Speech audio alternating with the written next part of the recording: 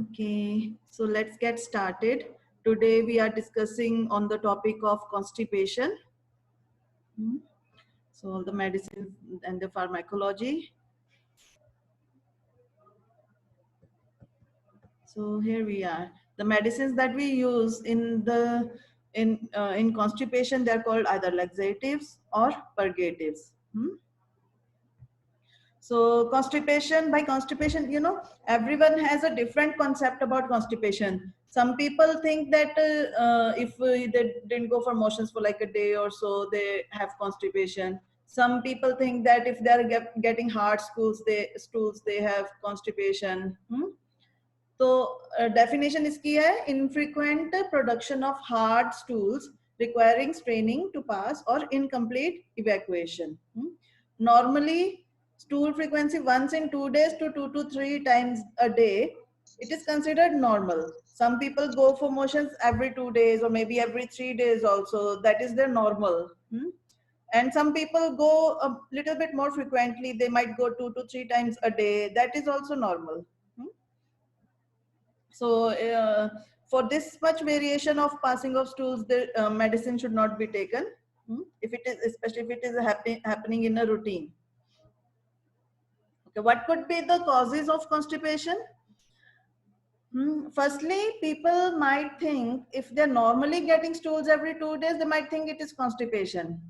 While that would be their normal routine. So misconception is the most common cause. They might confuse about the normal or necessary frequency, about the right amount or consistency of the stools. Then second common reason is inadequate fiber intake. People might just be eating maybe rice and dal, but they forget to eat salad or fruits, which are the major source of fiber. So that can result in constipation. Then third most common cause is less fluid intake. People can be lazy in drinking water. They might not just get up from the bed to get a glass of water. So they are not drinking even 3 or 4 glasses of water in a day. And then they later complain that they have constipation. So amount of fluid is needed. Lack of exercise, this is also very important, because people who have sedentary jobs or they keep lying in the bed, for example, for due to some illness or disease, they can also suffer constipation. So exercise, regular exercise is a must. Irregular bowel habits or rushing for a job, for example, especially in the morning, some people are rushing for their jobs and they don't pass the stools, and then they get constipated. Types of constipation: spastic or atonic. Spastic means the normal peristalsis of the intestine, it gets altered.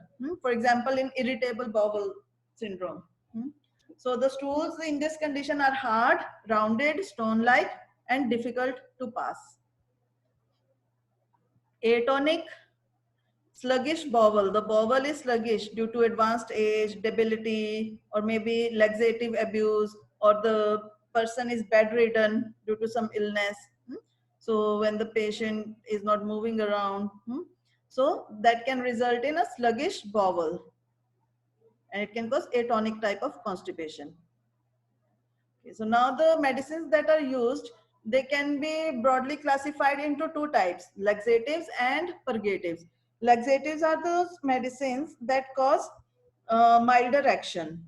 They cause excretion of soft but formed stools. Purgatives cause a stronger action and they result in a more fluid evacuation. So classification of medicine is done according to their mechanism of action. If the laxative is a bulk forming laxative, for example, some type of fibers, when they are ingested, they absorb the water and then they swell up. So they form a bulk inside the intestine. So these are the bulk forming laxatives. For example, wheat, bran. This is also a source of the dietary fiber for those who take chapatis. Psyllium and Isabgula. Okay, so this is available in the bees. Methyl cellulose, these are available as tablets also. Stool softeners, liquid like liquid paraffin, and dioctyl sodium sulfosuccinate. Osmotic purgatives, for example, saline purgatives, lactulose, polyethylene glycol. Then stimulant or irritant purgatives, for example, anthraquinones, for example, Sina cascara, diphenylmethanes, for example, phenolphthalein, bisacodyl, sodium picosulfate, then 5-HT4 agonist, for example, procalopride, fixed oil combinations like castor oil.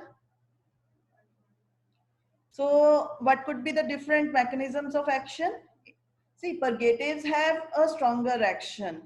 So their mechanism of action could be osmotic action, intestinal action, or propulsive action. Okay, so osmotic means that they withdraw water from the intestines and then help in the expulsion of the feces. Okay, laxatives can have, they can inhibit sodium potassium ATPase in the villus cells. So this can cause absorption of the water in the intestine. So it helps by impairing the electrolytes and water absorption through the intestine wall. Or they can stimulate adenylyl cyclase in crypt cells and increase water and electrolyte secretion.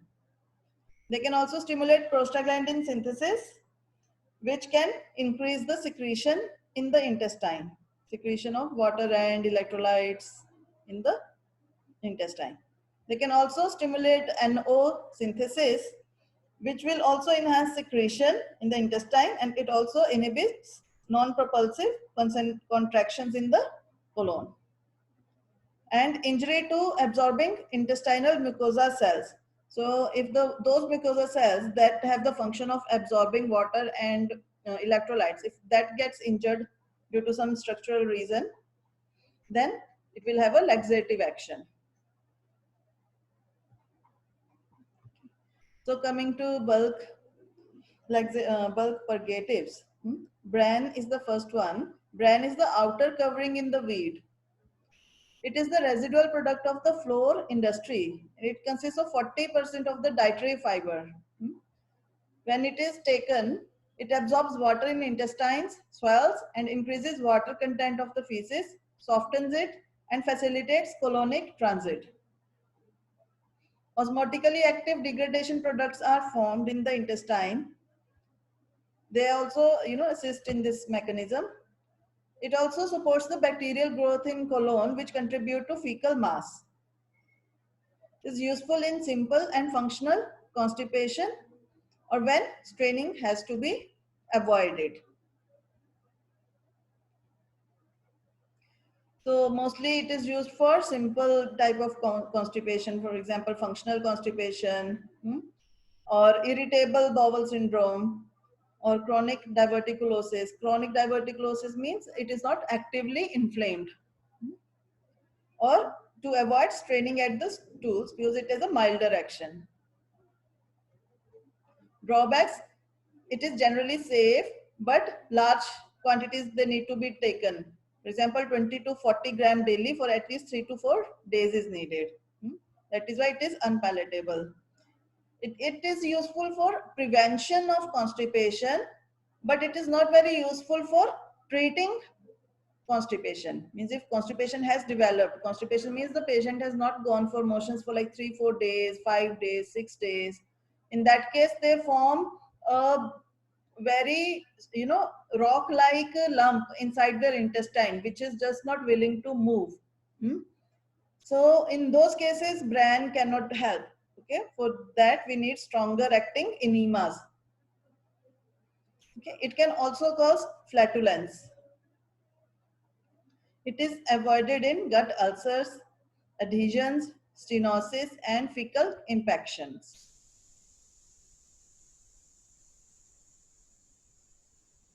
So now second is psyllium and isabgula. This you must have seen in your kitchens also. Hmm? The bottles of isabgulas. It contains natural colloidal mucilage. It forms mucilage, sticky substance. It is a gelatinous mass which forms this gelatinous mass by absorbing water. It gets fermented in the colon, increases the bacterial mass and soften the feces. 3 to 8 gram is mixed with liquids, for example, milk, juice, water, and it is taken once a day or twice a day. It should not be swallowed dry. Means sometimes people, when they see a bottle of isabgula, they just take a spoon and put it inside the mouth. That is not the correct method of taking it because it can get impacted in the throat. So it should be first dissolved in some liquid like milk or water, and then it should be ingested. Methyl cellulose. It is a semi-synthetic colloidal hydrophilic derivative of cellulose. It remains largely unfermented in colon. Dose is 4 to 6 gram per day. Now coming to stool softeners.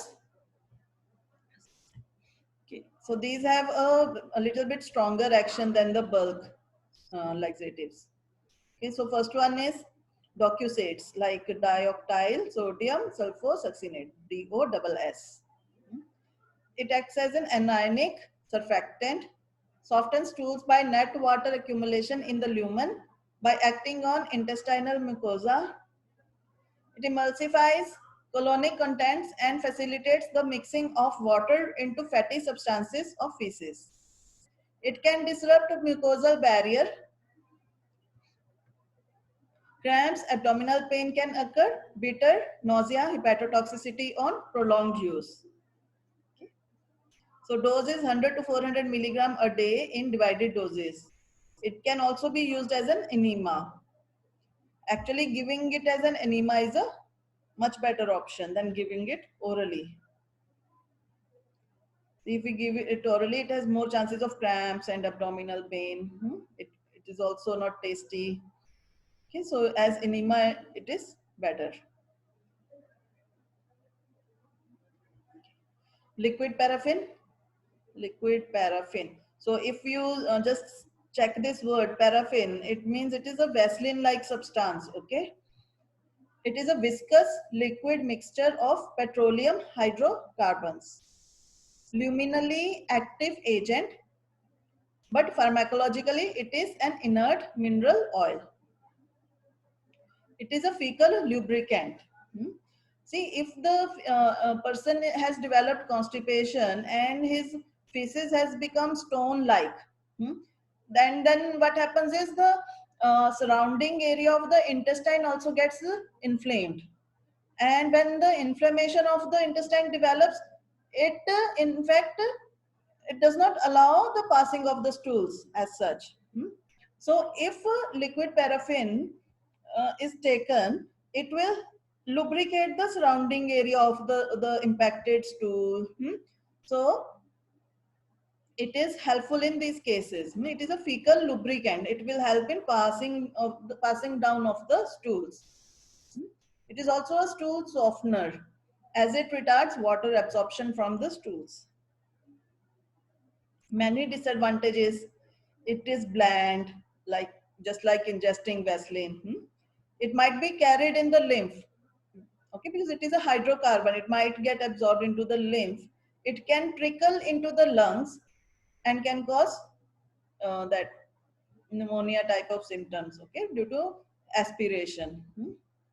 And then it can also cause fat soluble vitamin deficiency. And then there might be leakage of oil per annum after passing of the stools also. The oil might get passed. Okay, so there might be leaking of this oil. Dose is 15 to 30 ml per day before sleeping. So before sleeping, if we are giving the laxative, then the person will have stools in the morning. But some of the purgatives they have faster action. They act within 1 hour. So those purgatives or laxatives should not be given at night. Okay, they should be given in the morning only. But most of the laxatives are given one night prior. This is given one night prior. Stimulant purgatives. These are powerful purgatives, produce griping. Some of them do directly increase motility by acting on myenteric plexus. More important mechanism of action is accumulation of water and electrolytes in lumen by altering absorption and secretion of mucosal cells. They inhibit sodium potassium ATPase at basolateral membrane of the villus cells, and transport of the sodium and water into the interstitium is reduced. So stimulant purgatives. These are powerful purgatives. Secretion is enhanced by activation of cyclic AMP in crypt cells and increased prostaglandin synthesis in mucosa. Large doses and long-term use can cause excess purgation, resulting in fluid and electrolyte imbalance and colonic atony. So, what does it mean? That stimulant purgative should be given in smaller doses and only for short-term use. I mean, these are not useful in the habitual type of constipation in which, you know, old people take it daily. So this should not be given for that case. This should be given, for example, during uh, for bowel preparation before the surgery, maybe. So that is a short-term use. Contraindicated in pregnancy and subacute or chronic intestinal obstruction. Diphenyl methanes like phenolphthalein, bisacodyl, sodium picosulfate. Phenolphthalein, it is litmus-like. It is used since beginning of 20th century. It turns urine pink if alkaline. Bisacodyl is more used nowadays. It is activated in intestine by deacetylation. The primary site of action is colon, where they irritate the mucosa, produce mild inflammation, and increase the secretion. Bisacodyl is also available as 5 mg and 10 mg suppository, which acts by irritating the anal and rectal mucosa. Reflex increase in motility and evacuation occurs in 20 to 30 minutes. Okay, so doses 5 to 15 mg of bisacodyl. So semi-formed stools are formed after 6 to 8 hours. So actually this thing is about a suppository. If we give a suppository anally, then evacuation occurs in 20 to 30 minutes. Sodium picosulfate. Sodium picosulfate is hydrolyzed by colonic bacteria to produce the active form. It acts locally to irritate the mucosa and activate the myenteric neurons. Bowel movement occurs 6 to 12 hours of oral dose 5 to 10 mg Corazomne before sleeping. Along with magnesium citrate solution, is used to evacuate the colon for colonoscopy and colonic surgery. Then anthraquinones like Senna cascara. These are plant products. They contain anthraquinone. Glycosides are also called imodins. They are not active as such, unabsorbed in small intestine. They pass to colon where bacteria liberate the active anthrol form, which acts locally or is absorbed into the circulation, excreted in bile to act on the small intestine. So these are used in the dose of 12 to 25 mg Horazomni. It takes again 6 to 8 hours to produce the action, taken at bedtime, and a single but formed evacuation generally occurs in the morning. Cramps and excessive purging can occur in some cases. Skin rashes, fixed drug or eruptions might happen. Regular use can cause colonic atony and mucosal pigmentation. Prucalopride, it is selective 5-HT4 receptor agonist. It activates pre-junctional 5-HT4 receptors on intrinsic enteric neurons and enhance release of acetylcholine, promoting propulsive contractions in ileum and prominently in colon. Dose is 2 milligram OD. It can cause headache, dizziness, fatigue, abdominal pain, and diarrhea. Castor oil is the oldest purgative. Bland vegetable oil obtained from seeds of Ricinus communis, hydrolyzed in ileum by lipase to ricinoleic acid and glycerol. Polar, and it is therefore poorly absorbed. It decreases intestinal absorption of water and electrolytes and enhances secretion by detergent like action on the mucosa and also increases peristalsis. Dose is 15 to 25 ml in adults and 5 to 15 ml in children. Semi-fluid purgation occurs in 2 to 3 hours, often accompanied by griping. Regular use can cause damage to intestinal mucosa due to unpalatability, frequent cramping, violent action, possibility of dehydration, and after constipation, it is no longer favored. Contraindications are undiagnosed abdominal pain and vomiting, and secondary constipation due to stricture or obstruction, hypothyroidism, hypercalcemia, malignancies, and drug use like opioids or anticholinergics. Okay, so this is the last topic, I think, osmotic purgatives. So by the name only, it should be clear that it acts by osmosis. So the chemical compounds used are magnesium sulfate or hydroxide, sodium sulfate or phosphate. Soluble inorganic salts, these increase the fecal bulk by retaining water by osmotic effect and increasing peristalsis indirectly. Magnesium salts release cholecystokinin, which further helps in increasing secretions and peristalsis. Magnesium hydroxide, also called as milk of magnesia, it is tasteless and is commonly used in the dose of 30 ml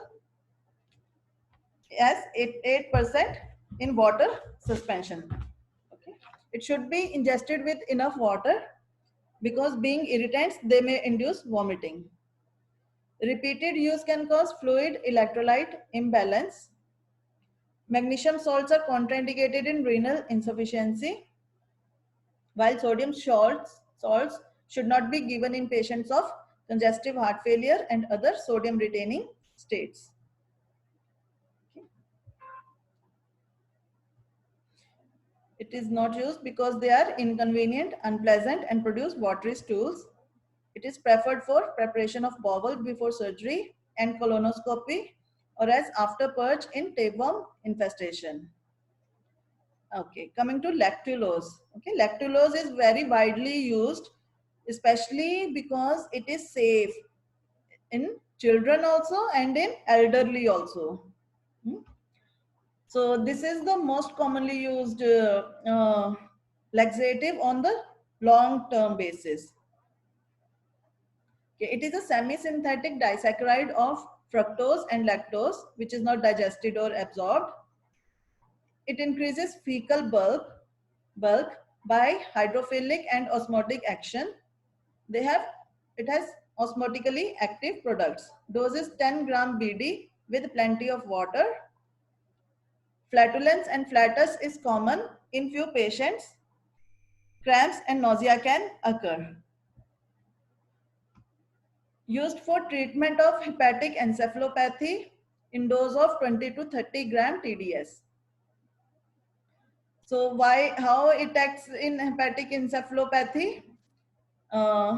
Its breakdown products are acidic. It lowers stool pH and causes reduction of blood ammonia concentration by 25 to 50% by converting ammonia to ionized ammonium salts that are not absorbed. Okay. So basically ammonia it can cause hepatic encephalopathy. When liver is damaged, the brain also gets affected due to the ammonia. So it is said that ammonia is the cause of it, of the hepatic encephalopathy. So lactulose, it helps by decreasing the blood ammonia concentration. Polyethylene glycol is a sugar that retains water because of its high osmotic nature. It is used in form of balanced isotonic solution prepared by adding sodium chloride, sulfate and bicarbonate, potassium chloride, designed to prevent electrolyte imbalance. For complete colonic cleansing prior to GI endoscopy procedures, 4 liters of this solution should be ingested orally over 2 to 3 hours. For treatment of chronic constipation, smaller doses are used, 300 to 500 ml daily in the morning. So now we have so many choices of laxatives and purgatives. Huh? So how to choose? Firstly, we should know the contraindications. In general, the purgatives are contraindicated if there is abdominal pain, if there is colic or vomiting. Okay. If there is any possibility of stricture or obstruction of the bowel, for example, intussusception, volvulus, these are all obstructions of the bowel. Hypothyroidism, if the patient already has hypothyroidism commonly has constipation. Okay, so in hypothyroidism, please don't prescribe the purgatives. Hypercalcemia, malignancies, and drugs like opiates, sedatives, anticholinergics, iron, clonidine, verapamil, and laxative abuse. Okay, so according to this, firstly we'll see the watery evacuation. Which laxatives will cause watery evacuation within 1 to 3 hours? One are saline purgatives and the other one is castor oil. Okay.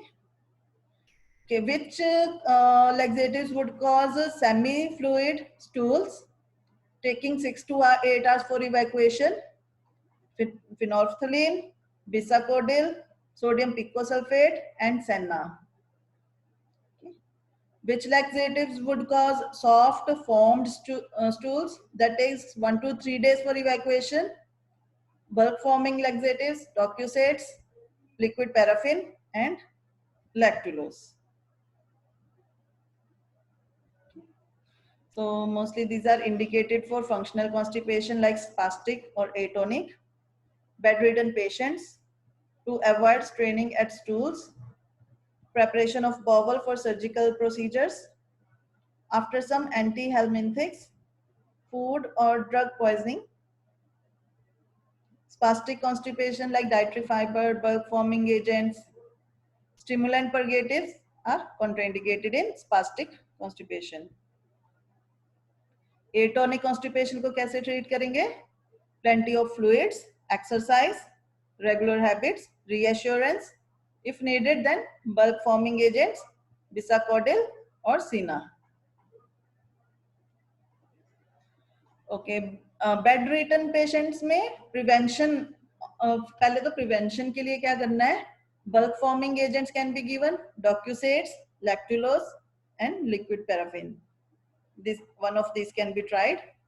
And if the constipation has already developed, then we treat it with enema, bisacodyl, or Senna. So enema is medicine of choice for treating constipation throughout.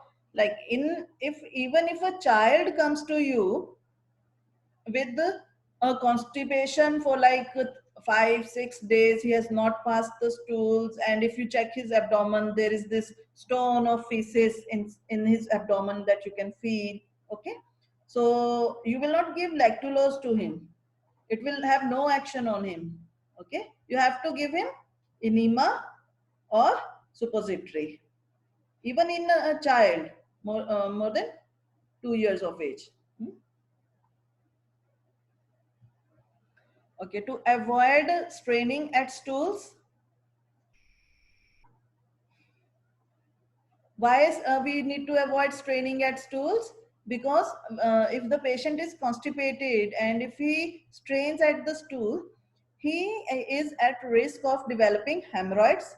Hemorrhoids means piles, or he may develop anal fissure, or even means if there is a diverticulosis or something like that, then that has the risk of rupturing. Okay, so we need to avoid straining at the stools. In these cases, we can give bulk forming agents, lactulose or docusades. Preparation of bowels for surgery, before surgery, abdominal surgery. Okay, so or anyways, even for other surgeries also, when anesthesia is given, they always prepare the bowels, because when the patient is unconscious, as you read in the general anesthesia chapter, he may pass stools involuntarily. Okay, so that we do not want to happen during a surgery. Okay, we should prepare the bowels before the surgery. So we can give saline purgatives, Bisacodyl and Senna. After certain antihelminthics, especially in the case of tapeworm, what happens is that tapeworm is attached to the intestinal wall. Okay, so it will antihelminthics are given, but sometimes the worm is not expelled completely. To expel the worm out through feces, we need to give saline purgative or Senna. But here we should note that a combination of antihelminthics and laxatives are banned in India. They have to be given separately. Food and drug poisoning, saline purgatives. Okay, what is laxative abuse? Laxative abuse, you must have seen some elderly people who take some one or another, churn or some laxative daily. So this is actually a psychological problem. What happens is that see, when a patient is given a laxative, his whole bowel is cleaned up in one go only. Okay, so to form another properly formed stools, it will take 2 to 3 days. Okay, so the patient will not get another bowel for like 2 to 3 days. And now patients, they are not so well informed. What will happen is they will think that they have developed constipation again, and then they will take laxative again the same process will happen. Laxative will cause complete evacuation of bowel, then the patient will take 2 to 3 days to develop another bowel stools. So this becomes like a habit. And even in normal cases also, when the patient is getting stools daily, sometimes they have some psychological issue and they keep taking the laxatives. Okay, and this becomes a habit and it is difficult to break. Why it should not be taken daily? Why laxative should not be taken daily? It has the danger of flaring up of the intestinal pathology. It can cause rupture of inflamed appendix. It can cause fluid and electrolyte imbalance. It can cause steatorrhea, malabsorption syndrome, protein losing enteropathy, and spastic colitis. Okay, so some of them are medical terms. Steatorrhea means passing of fat in the stools. Then malabsorption is when the sugars or proteins are not getting absorbed. It will result in malabsorption syndrome. Protein losing enteropathy means the intestine got inflamed and now it is losing proteins daily. Or spastic colitis. Colitis means inflammation of the colon, which is spastic. So basically, it's in the this psychological problem. If you take the history of the patient, you will find that he is not taking fruits and salad daily, and he may not be drinking enough water to cause the proper stools. Okay, so that should be addressed. Okay, thank you. So these are some of the brands that are available. Sena, Fleet, Enema, okay. Then we have Dulcolax, Castor Oil, okay. So these are all the brands that might be available in the pharmacies. Thank you very much.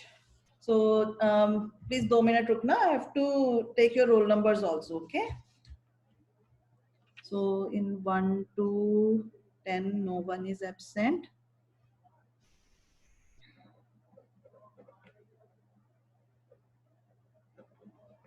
In 11 to